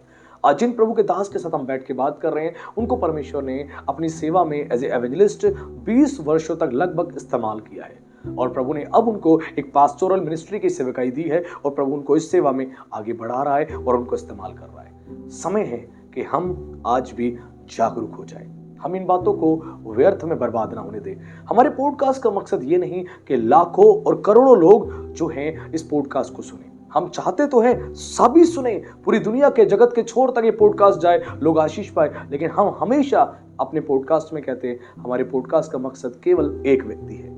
अगर किसी एक व्यक्ति का हृदय बदल गया, जीवन बदल गया, इट मीन्स हमारा कार्य सफल हो गया। क्योंकि बाइबल भी कुछ इसी प्रकार कहती है। बाइबल में लिखा है, जब एक पापी मन फिराता है तो स्वर्ग में करोड़ों स्वर्गदूत आनंद मनाते हैं। अगर इस पॉडकास्ट के द्वारा प्रभु ने आपके हृदय से बात करी है और आपका हृदय बदला है, तो हमारा कार्य सफल हो गया, प्रभु के दास का कार्य सफल हो गया। और बहुत जरूरी है कि इन बातों को हम समझे और जागरूक रहें। सचमुच पास्टर, आज के पॉडकास्ट में परमेश्वर की अद्भुत उपस्थिति को हमने यहाँ महसूस किया, और प्रभु ने बहुत सारी अद्भुत बातों को आज अपने लोगों तक पहुंचाया और लोग आशीष पाए। मैं चाहता हूं एक अंतिम प्रार्थना जो है आप हमारे मसीह समाज के लिए, सभी प्रभु के दासों के लिए और हमारे देश के लिए विशेष करें, और स्पेशली हमारे देश की आज की करंट की गवर्नमेंट के लिए प्रार्थना करें, ताकि प्रभु की महिमा हो। तो प्लीज़ प्रार्थना करिए। मैं प्रार्थना करता हूँ, लेकिन मैं प्रभु का बहुत धन्यवाद करता हूँ इससे पहले, और मैं ये कहना चाहता हूँ कि आप प्रभु के राज्य के लिए महान काम कर रहे हैं, और इसी तरीके से प्रभु आपको बढ़ाए, आशीष दे, और आप संसार के छोर तक इस पॉडकास्ट के द्वारा आप प्रभु की महिमा को लेके जाने पाएँ। आइए हम मिलकर प्रार्थना करते हैं। प्रेमी परमेश्वर, आपके चरणों में आते हैं प्रभु यीशु के नाम में। धन्यवाद करते हैं परमेश्वर, इस पॉडकास्ट में जो भी हमने और पास्टर नवीन ने वार्तालाप किया, बातचीत किया, प्रभु हम विश्वास करते हैं कि सब कुछ आपको भाने पाए, सब कुछ आपको पसंद आने पाए। प्रभु परमेश्वर, जैसे उन्होंने बताया कि उद्देश्य साफ है कि यदि एक भी आत्मा उद्धार पाए, क्योंकि आपके वचन में कहा गया है यदि एक भी आत्मा जब यीशु को अपना उद्धार करता और प्रभु ग्रहण करके अपने जीवन में स्वीकार करते हैं, तो हजारों लाखों स्वर्गदूत खुशियां मनाते हैं। इसका मतलब यह है कि परमेश्वर आपके लिए एक आत्मा का भी मूल्य है, एक व्यक्ति का भी मूल्य है। प्रभु हम प्रार्थना करते हैं, प्रभु इस कार्य को प्रभु जी आप अपने हाथ में लेकर आशीषित करें। जितने भी हमारे भाई बहन सुनने वाले हैं परमेश्वर, उन सब के जीवनों में आपका राज्य आने पाए। प्रभु जैसे आपकी इच्छा स्वर्ग में पूरी होती है, उसी रीति से पृथ्वी पर भी होने पाए, उनके जीवन उनके परिवारों में भी होने पाए। परमेश्वर आप लोगों पर तरस खाएं, जैसे प्रभु आपने 2000 साल पहले मनुष्य बनकर इस संसार में जन्म लिया, और प्रभु आप हमारे पापों के लिए मारे गए, प्रभु आप गाड़े गए, और 3 दिन के बाद आप कब्र में से जिंदा हो उठे। इसलिए हम विश्वास करते हैं, क्योंकि आपने कहा मैं जीवित हूँ, इसलिए तुम भी जीवित रहोगे। प्रभु उस धन्य आशा के ऊपर प्रभु हमारा जीवन निर्धारित है, क्योंकि प्रभु हम जानते हैं कि एक दिन आप हमें उस अनंत जीवन में अपने साथ स्वर्ग सिंहासनों पर बिठाएंगे।